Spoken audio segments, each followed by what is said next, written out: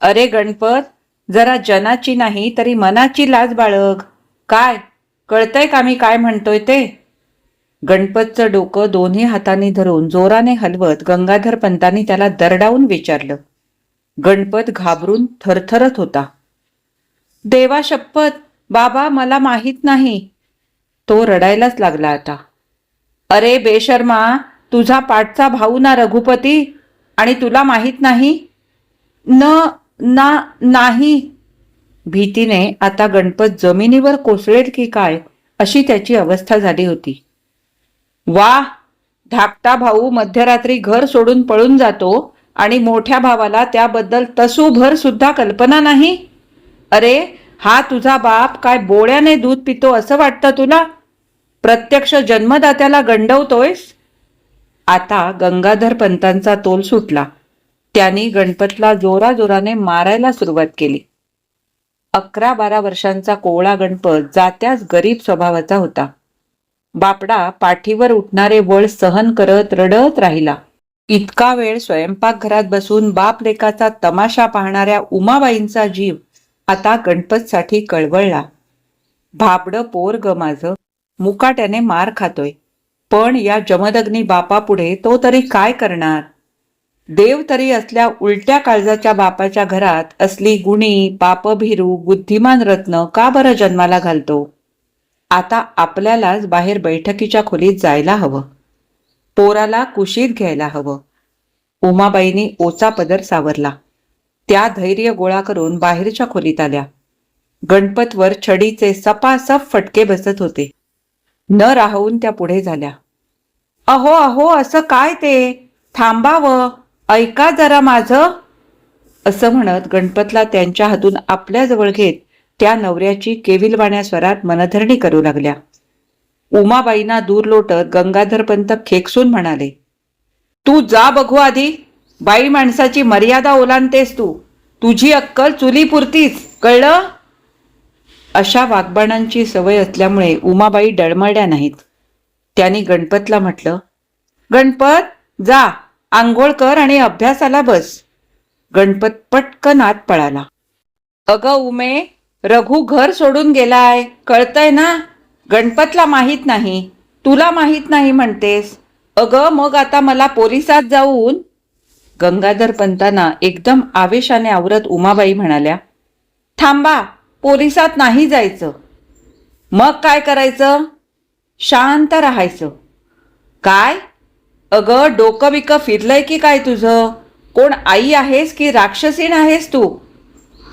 आई आहे म्हणूनच सांगते, रघुची काळजी नका करू, तो मुंबईला गेलाय. काय म्हणजे? आणि तू हे मला आता सांगतेस? गंगाधर पंत उमाबाईंच्या अंगावर धावले. हो, कारण तुम्ही त्याला सुखासुखी थोडीच परवानगी देणार होता मुंबईला शिकायला जाण्यासाठी. शिकायला? का?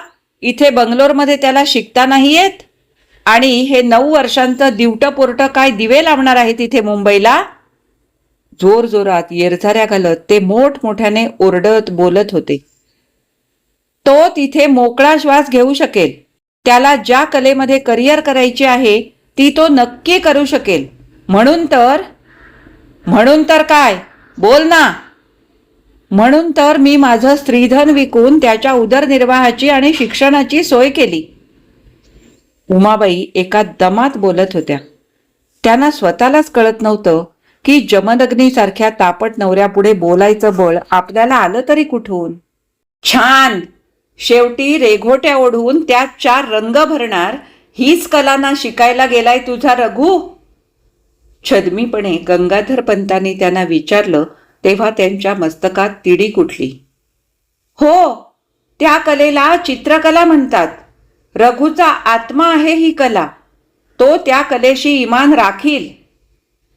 त्यांच्या आवाजाला ठामपणाची प्रखर धार होती. आईच्या बळकट डोळस आशीर्वादाची शक्ती होती. माहीत आहे मोठा चित्रकार होणार म्हणे. इथे घरातल्या भिंतींवर कुत्रा मांजरांची चित्र काय काढली तर लगेच तुला वाटायला लागलं की आपला पोरगा राजा रविवर्माच होणार. असं कुठे म्हणते मी? त्याची वेगळी शैली असेल, वेगळी बाजू असेल. रंगाची उधळण कुठे करायची आणि रंग अगदी हलकेच कुठे द्यायचा, किंवा दिले तरी बघणाऱ्याला रंग दिलेत असं वाटूच नये, असं कसं बसेल त्याच्या हातात? परमेश्वर गरीब श्रीमंत असा भेद नाही करत बरं कला प्रदान करताना. आपण कोण अडवणार कलाकाराच्या आवेशाला? जेवताना सुद्धा इवलासा अगदी 4 वर्षांचा रघु चपातीचे तुकडे करायचा आणि ताटात त्या तुकड्यातून राजेशाही हत्ती बनवायचा. कधी गाय, कधी चिमणी. रेषेच्या तंतोतंत परिमाणाचं भान किती अचूक होतं त्याचं, ते त्या प्राण्यांच्या आकृतीमधून जाणवायचं. म्हणूनच त्याला मी एकदा चांगला फोडून काढला होता. हे भिकेचे डोहाळे लागलेत तुला. मॅट्रिक हो आणि कारकुनाची नोकरी कर. पण नाही, तुझी फूस. देश सुद्धा अजून स्वतंत्र झाला नाही, तर त्याला, अवघ्या 9-10 वर्षांच्या पोराला इतकं स्वातंत्र्य बहाल केलंस तू? उडता तरी येतंय का त्या पोराला? रागारागाने पूजेची तयारी करत गंगाधर पंत बोलत होते. उमाबाई ही एकीकडे स्वयंपाकाचं आवरत होत्या. गणपतचा चपाती भाजीचा डबा भरून त्याच्या दप्तरात ठेवला आणि त्या देवाचे हार करू लागल्या. म्हणाल्या, पिंजऱ्यातल्या पक्षाला उडता नाहीच येत, म्हणून तर तुमच्या बळजबरीच्या पिंजऱ्यातून आपल्या आवडत्या क्षेत्रात अभ्यास करण्यासाठी माझ्या रघुने सुटका करून घेतली. गेला उडून तो, मारेल भरारी. एक ना एक दिवस नक्कीच यशस्वी होऊन मला भेटायला येईल, किंवा हातात भिकेची कटोरी घेऊन भीक मागायला येईल. उपहासाने हसत गंगाधर पंत बोलत होते. परंतु उमाबाईंचं एकच ध्येय होतं. आपल्या मामेभावाकडे शिकण्यासाठी पाठवलेल्या रघुपतीला पाठिंबा द्यायचा आणि त्यासाठी आपल्याला स्वतःला सांभाळलं पाहिजे. आपणच उद्या डोक्यात राख घालून आजारी पडलो तर रघुचं काय होणार? कासवी कशी आपल्या दृष्टीने, मायेच्या नजरेने आपल्या पिल्लांना सांभाळते, तशी मीही इथूनच माझ्या बाळाचं लालन पालन करीन. त्याला बळ देईन. सगळंच मानापमान सहन करण्याचं आणि खंबीरपणे आपल्या मार्गावर चालत राहण्याचं. म्हणूनच त्या शांतपणे म्हणाल्या, ज्या आवेगाने नदी सागराला भेटायला धाव घेते, त्याच आवेगाने रघु त्याच्या कलेसाठी मायेचे सारे पाश तोडून मुंबईला पळून गेला. तो जाणारच होता घर सोडून पळून. मी त्याचं मन जाणलं, त्याला मदत केली. भास्करकडे त्याची सोय केली राहण्यासाठी. 18 विश्वे दारिद्र्याने पिडलेला तुझा तो मामे भाऊ भास्कर, त्याच्याकडे सोय केलीस की पोरावर सूड उगवला? सोय केली. तो रघुच्या कलेचा, त्याच्या गुणांचा आदर करतो. तिथे माझं हे रोपटं चांगलं बहरेल, फुलेल आणि एक दिवस त्याच्या सत्कीर्तीचा सुगंध सर्वत्र दरवळेल. माहीत आहे मला, तिथे त्याला कष्ट करावे लागतील, मन मारावं लागेल. पण जो मुलगा एका ध्येयाने प्रेरित होऊन त्या मार्गावर चालत असतो, तो मुलगा जीवनातल्या इतर खाणं, पिणं, कपडे वगैरे गोष्टींसाठी कसल्याच अपेक्षा बाळगतच नाही. त्याला मनासारखं काम करायला मिळालं की भरून पावलं असंच वाटतं. तेव्हा रघुची काळजी करण्याचं काही कारणच नाही. मामा, मी SSC पास झालो. 64% मार्क मिळाले. रघु बोलता बोलता मामांच्या पाया पडायला खाली वाकला. तशी त्याला पोटाशी घेत मामा म्हणाला, देव पावला पोरा, अरे किती छान मार्क्स मिळाले. देशाला स्वातंत्र्यही मिळालं आणि तूही शाळेतून बाहेर पडून कॉलेज जीवनाचा आनंद घ्यायला मोकळा झालास. काय खरं ना? मामानी प्रेमभराने विचारलं. हो मामा, पण आईला भेटावंसं वाटतं रे. अरे मग जाऊन ये की. कसा जाऊ? आईने माझ्याकडून वचन घेतलंय की मी माझ्या क्षेत्रात काहीतरी करून दाखवल्याशिवाय तिला भेटायचं नाही असं. रघुपती उदास स्वरात म्हणाला. अरे मग तू चॅलेंज स्वीकारलंयस ना. चित्रकलेत नाव कमवायला तर पळून आलायस, तेव्हा आगे बढो. काय? मामाने हसत म्हटलं. अगं आई, तू जेवून घेतलंस ना? मग कॉलेजमधून यायला उशीर होणार हे मी सांगितलं होतं तुला. गणपत रात्री कॉलेजच्या प्रोग्रामहून आल्या आल्या आईला म्हणाला.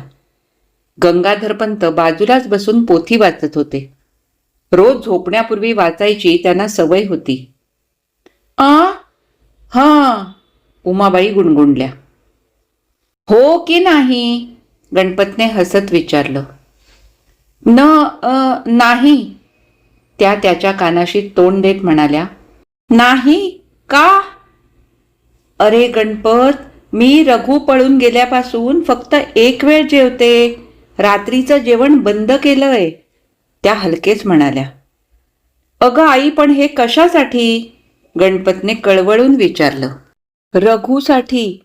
त्याला मी स्त्रीधन मोडून पैसे दिले. ह्यांना राग आला. आता एक वेळ न जेवून पैसे वाचवते आणि मला शिक्षाही भोगते. नवऱ्याला न जुमानता रघुला पाठिंबा दिला म्हणून. अगं पण हा वेडेपणा आहे. कबूल आहे, आपली परिस्थिती बेताची आहे, पण अन्नाला महाग तर नाही ना आपण. उमाबाई त्यावर गप्पच बसल्या. बोल ना आई. अगं, मानाच्या अन्नाला मी महाग आहे रे गणपत. त्यांच्या गळ्याशी एकदम हुंदका दाटला. गंगाधर पंतांचं मायलेकांकडे मुळीच लक्ष नव्हतं. गणपतला वाटलं, बाबा जाणून बुजून तर या गोष्टीकडे दुर्लक्ष करत नाहीत ना. इतके दिवस आई एक वेळ जेवत होती आणि हे माझ्याही लक्षात आलं नाही. गणपतला स्वतःचीच लाज वाटली. आई ऐक ना, हा हट्ट सोड तुझा. ते जाऊ दे गणपत, पण रघुला जे कॉलेजमध्ये ऍडमिशन मिळाली हे मोठं अभिमानास्पद आहे. शिवाय कितीतरी स्टेट लेवलच्या चित्रकलेच्या स्पर्धात तो चित्र पाठवतो म्हणे. भास्करने कळवलंय रे पत्रात. पोरगं अगदी जीवाची बाजी लावून अभ्यास करतो म्हणे. उमाबाईने विषय बदलत उसन्या अवसानाने म्हटलं. वाचलंय ग मी पण. बरं केलंस, पण तुझ्या बाबांनी माझ्याबरोबर त्याचंही नाव टाकलंय. गंगाधरपंत झोपले आहेत याची खात्री करत उमाबाई उसासा टाकत म्हणाल्या.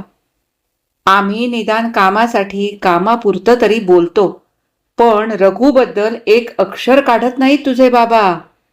असू दे, आपले भोग म्हणायचे. आई, अगं काही दिवसांनी मीही कमवायला लागेनच की. नको काळजी करूस. आणि हे बघ, मला स्कॉलरशिप मिळतेच की.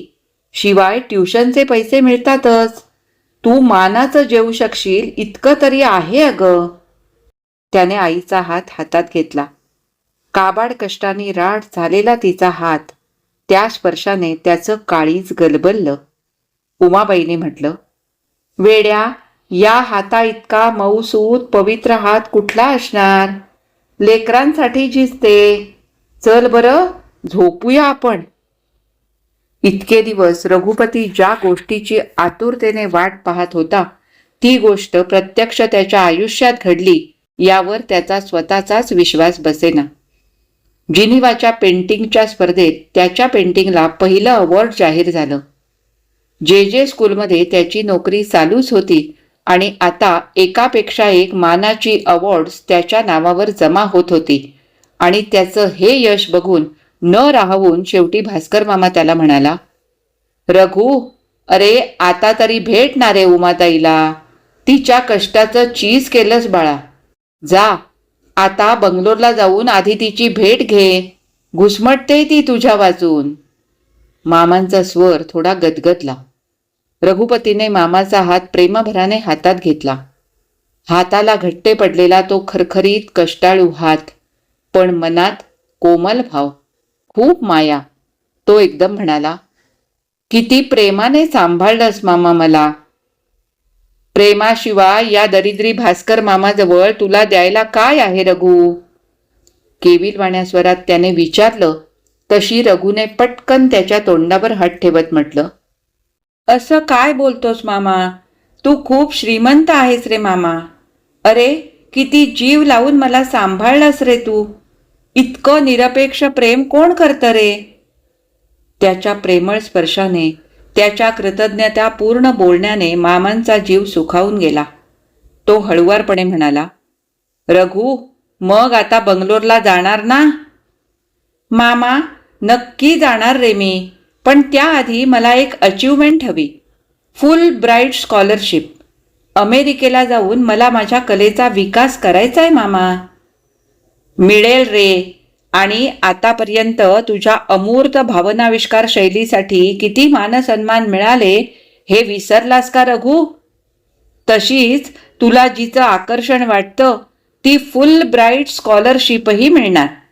पण त्यासाठी आईला भेटायचं का पुढे ढकलतोयस? अरे तिची आस तुला बघावं, तुला जवळ घ्यावं अशीच आहे रे. आणि आता तू यशस्वीही झालायस, नावलौकिक मिळालाय तुला. नको रे अजून त्या माऊलीचा अंत बघूस. भास्कर मामा पोट तिडकीने सांगत होता. रघुलाही आता आईला कडकडून भेटावंसं वाटत होतं. रात्री बिछाण्यावर पडल्या पडल्या रघुच्या डोळ्यासमोर त्याचं बंगलोरचं घर उभं राहिलं. छोटंसं घर, पण आईच्या आभाळा एवढ्या प्रेमाने उबदार झालेलं घर. स्वयंपाकघराची ती भिंत, त्या भिंतीवर त्याने 4 वर्षांचा असताना काढलेलं हत्तीचं चित्र. काय करतोय माझा रघुबाळ? हातात दूध भाताचा घास घेऊन आई कौतुकाने बघत होती. हत्ती आपण म्हणालो होतो. अरे वा, किती छान काढलास रे. मग कुत्रा आला भिंतीवर, नंतर मांजर, आणि आईचा उत्साह आनंद वाढतच गेला. त्यावेळी तिने हृदयाशी घट्ट धरलेलं आपल्याला. ताटात कोण चपातीचे तुकडे टाकतय? आईचा प्रश्न. चित्र काढतो ग. कसलं चित्र? हम्मा आपण जोरात ओरडलो आणि आईने एकदम म्हटलं, छान, आता जेवायचं ह रघु. तोच बाबा आत आले, म्हणाले, छान काय छान, त्याला एक अक्कल नाही. पण उमा, तू सुद्धा त्याला प्रोत्साहन देतेस काय? हे सगळीकडं चित्र काढून भिंती रंगवल्यात नुसत्या. भिकेचे डोहाळे आहेत झालं, दुसरं काय? अहो काहीतरी काय बोलता हो. बघा तरी किती समज आहे रघुला. किती हुबेहूब काढली आहेत ही चित्र. पहा तरी. आई बाबांची समजूत काढत होती, पण बाबांना ते पटत नव्हतं. पटलंही नाही. शेवटी मग आपण पळून आलो. आईला हे कळलं होतंच. मग तिने मागल्या दाराने आपली बोळवण केली. त्यावेळी डोळ्यात जमलेले अश्रू तिने महत् प्रयासाने डोळ्याबाहेर येऊ दिले नाहीत. म्हणाली, आता यशस्वी होऊनच ये, मी वाट बघते. तिचा आशीर्वादाचा हात माझ्या मस्तकावर होता. खरंच आज तिचा आशीर्वाद फळाला आला. आता तिला भेटलंच पाहिजे. आई, आई, मी येतोय. तुझा रघु येतोय. 4 दिवसातच रघुने बंगलोरला जायची तयारी केली. स्वतः आईसाठी हिरव्या रंगाची, तिच्या आवडीच्या रंगाची साडी आणली. खरं तर तिने येताना स्वतः शिवलेल्या, भरतकाम केलेल्या पिशवीतून त्याला डबा दिला होता, त्याच्या आवडीच्या चुरमा लाडवांचा. त्या डब्यातून त्यालाही आईच्या आवडीचा खाऊ न्यायचा होता. त्यासाठी आईला काय आवडतं हे तरी ठाऊक असायला हवं ना. रघुला स्वतःचंच आश्चर्य वाटलं आणि रागही आला. एवढं सुद्धा माहीत नाही आपल्याला आईच्या आवडत्या पदार्थाबद्दल. त्याला कसनुसं वाटलं. आपलं इतकं जवळचं माणूस, पण तरीही त्या माणसाच्या साध्या गोष्टीही ठाऊक नाहीत. असू दे, मेसूर पाकाच्या वड्या नेऊया. शेवटी बॅग भरून झाली. उद्या बंगलोरसाठी प्रयाण करायचं. पहाटे उठायला हवं. रघु मनाने केव्हाच बंगलोरला पोचला होता. रघु, नीट जा हो. मामा मामी त्याला प्रेमाने सूचना देत होते. त्यांच्या पाया पडून तो निघणार इतक्यात पेपरवाला आला. रघुने टाइम्स ऑफ इंडियावरून नजर फिरवली. एका बातमीने त्याचं लक्ष वेधून घेतलं. त्याला चक्क फुल ब्राईट स्कॉलरशिप जाहीर झाली होती. तो एकदम आनंदाने ओरडलाच, मामा, ही बघा बातमी, मला फुल ब्राईट स्कॉलरशिप मिळाली. वा वा, छान. आता उमाताईला केवढा आनंद होईल रे. जा, पेपर घेऊनच जा बरोबर. मामा समाधानाने म्हणाले. सर्वांचा निरोप घेऊन रघु स्टेशनच्या रस्त्याला लागला. जवळजवळ 20 वर्षांनी रघु आपल्या घरी बंगलोरला येत होता. अजून पुरतं उजाडलंही नव्हतं. रघुने अंगणात पाऊल ठेवलं. मानाचं पाऊल.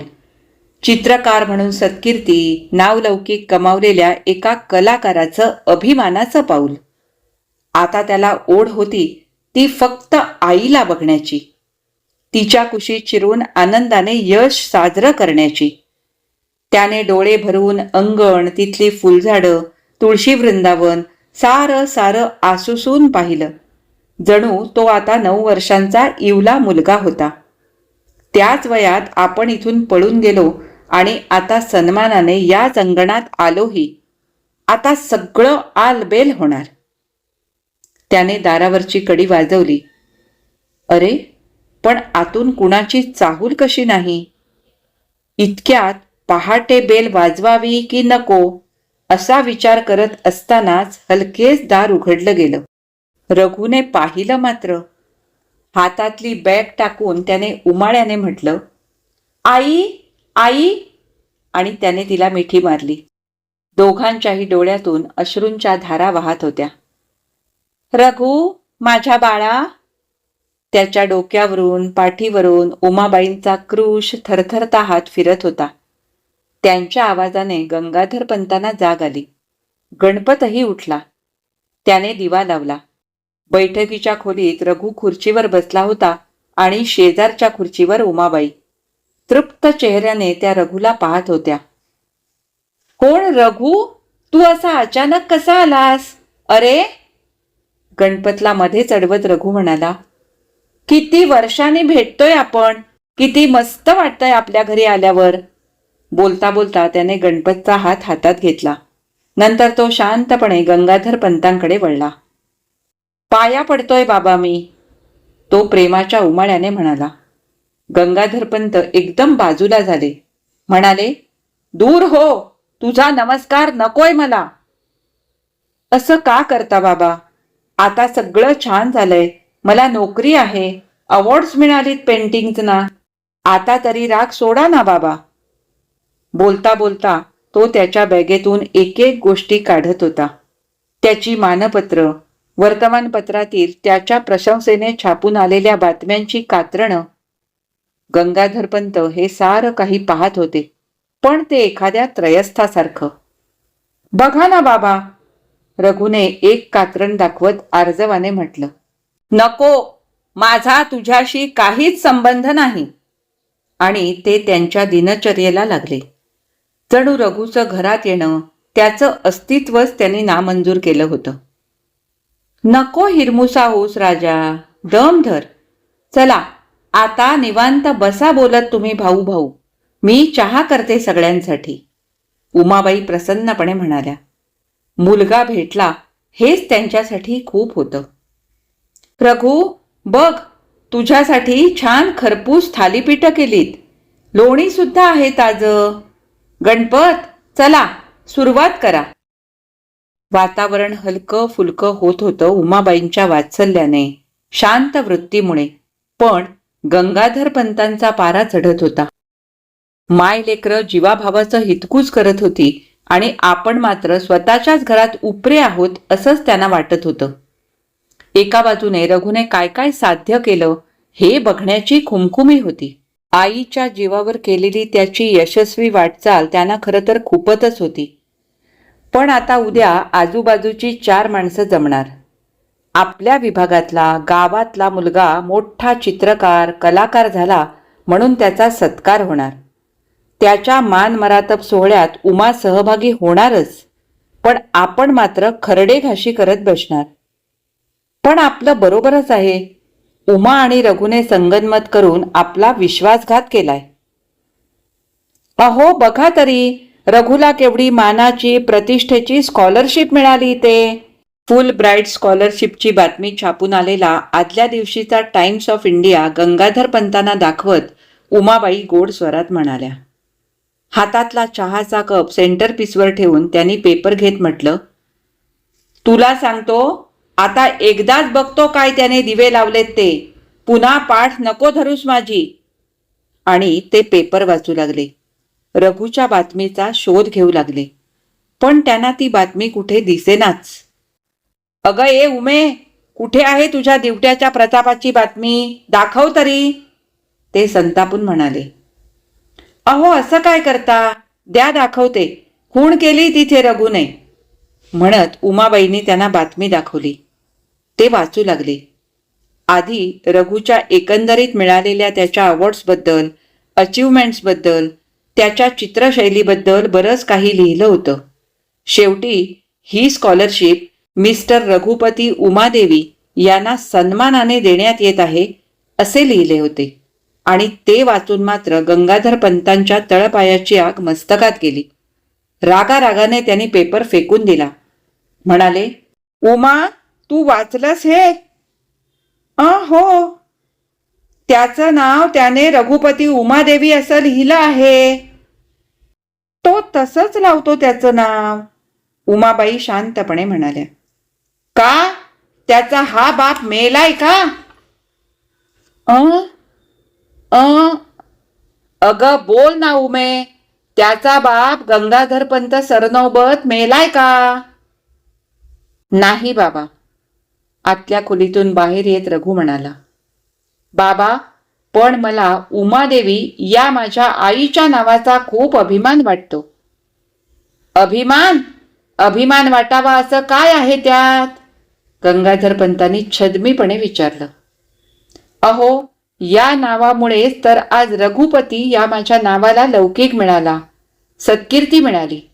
माझ्यासाठी माझी आई सारी अवहेलना, अपमान, भूक, तहान सगळं सगळं सोसून खंबीरपणे उभी राहिली. हे तिचं कर्तृत्व महान आहे आणि त्या कर्तृत्वाला मी तिचं नाव माझ्या नावापुढे लावून दिलेली दाद आहे, नम्रपणे केलेलं अभिवादन आहे. आणि बाबा, आता जर सगळं कसं सुंदर पवित्र झालंय, सगळे मिळून आनंदाचा सोहळा साजरा करू. तुम्ही मला आशीर्वाद द्या बाबा. रघुपती प्रांजलपणे आणि विनयशील स्वरात बोलत होता. गंगाधरपंत एक क्षण विचारात पडले. मग म्हणाले, ठीक आहे, येईन या आनंद उत्सवात, देतो तुला आशीर्वाद, पण एका अटीवर. कोणती अट बाबा? सांगतो. तू यापुढे तुझं नाव सर्व ठिकाणी मिस्टर रघुपती गंगाधरपंत सरनौबत असंच लावलं पाहिजे. आहे कबूल? गंगाधरपंतांनी ठाम स्वरात म्हटलं. मुळीच नाही. रघु पटकन उद्गारला. ते होणे नाही बाबा. तिच्या, माझ्या आईच्या नावाशिवाय रघुपती या नावाला पूर्णत्व नाही बाबा. रघु स्पष्टपणे म्हणाला. हा तुझा निश्चय कायम आहे? हो बाबा. माझं नाव रघुपती उमादेवी हेच कायम राहणार, ही काळ्या दगडावरची रेघ आहे बाबा. तर मग? गंगाधर पंतांना मध्ये चढवत रघुपती कळवळून म्हणाला. तरीही बाबा, तुम्ही माझं कौतुक बघायला, मला आशीर्वाद द्यायला यावं असं मला मनापासून वाटतं. तुम्ही माझे पिता आहात, एवढं करा माझ्यासाठी.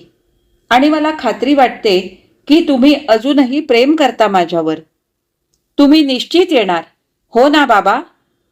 बोलता बोलता रघुने गंगाधर पंतांना मिठी मारली. पण द्वेषाने त्याला दूर ढकलून गंगाधर पंत म्हणाले, अरे मी मुळीच येणार नाही. तुझा माझा संबंधच काय?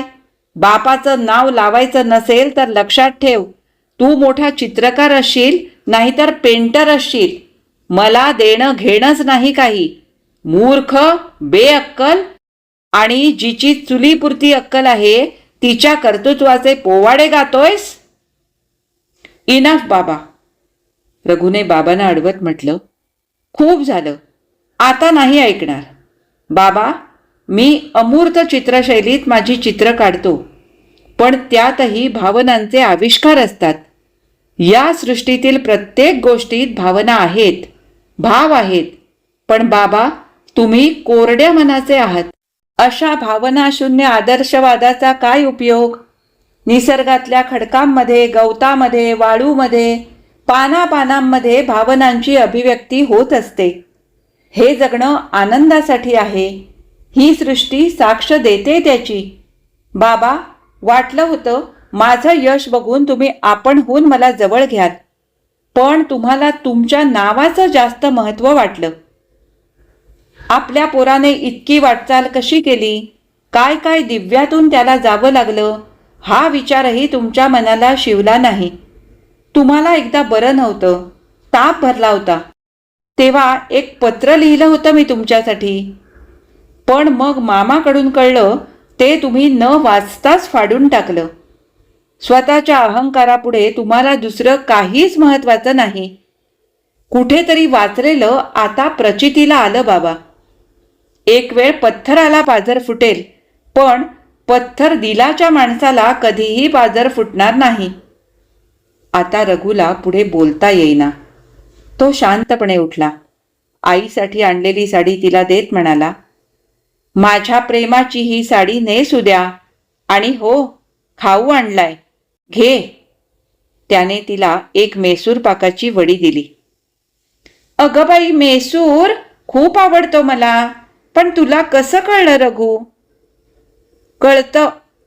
तो कसनुसा हसला. उमाबाईंच्या हृदयात गलबलून गेलं.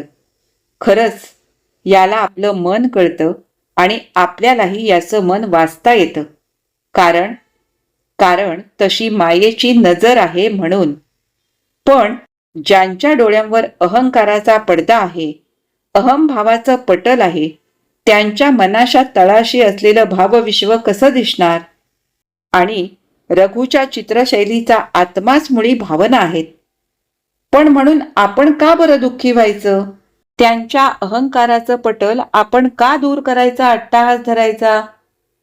आपल्या आनंदाच्या वाटेवर निर्मल मनाने आपल्या लेकाला भेटून जे आसपासचे 4 वाटसरू उद्या जमून आनंदोत्सव साजरा करणार आहेत, त्यांच्यात निश्चिंत मनाने सामील होऊन लेकाला आशीर्वाद द्यायचे, ते सोडून आपणही आता रघुबरोबर उदास का होतोय? उमाबाई एकदम म्हणाल्या, अरे रघु, अरे चल, तुझ्यासाठी चुरमा लाडू करते, झालंच तर. आणि त्या लगबगीने स्वयंपाकघरात जाऊन लाडवाच्या तयारीला लागल्या. ही कथा इथेच संपली. आज मी वाचलेली प्रियंवदा करंडे यांची पीड ही कथा तुम्हाला कशी वाटली हे मला कमेंट करून अवश्य कळवा. आवडली असेल तर लाईक करा, जास्तीत जास्त शेअर करा, आणि जर तुम्ही माझ्या चॅनलवर नवीन असाल तर चॅनलला सबस्क्राईब करून सोबतचं बेल आयकॉन दाबायला अजिबात विसरू नका. आणि हो, हाईप करायला सुद्धा विसरू नका.